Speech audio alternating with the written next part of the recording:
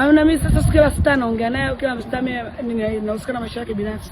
Okay. Sisi tuko kwenye industry moja, lakini haimaanishi ukisha kuwa maarufu basi lazima mwe marafiki au mjuane mwalikane. Ile ni pati yake na anaki na watu wake. Kila mtu anamwalika anajisikia yes yeye mwenyewe. Kwani mimi na noma? Hapana. Hapo hata angenialika mimi singeenda.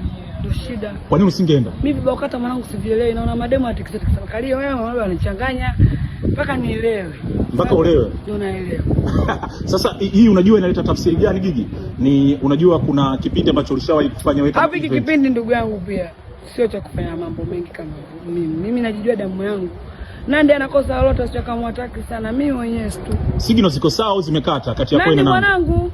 Sema tu yule ni mtu fulani una muda naye asijui bipolar nayo siku hizi sielewi, ila tu anaweza kaflip akatu mtu fulani. Mimi sipendi mtu anaongea na kila mtu. Kwa kuna muda bora mimi nijitoe kwenye maisha yako sigombana naye. Sababu wewe sasa kutonge kweli. Mimi nakoje na ushoga na Nandi. Alafu kuna watu wanatukana Nandi na kana. Kwa hiyo niambie ukweli.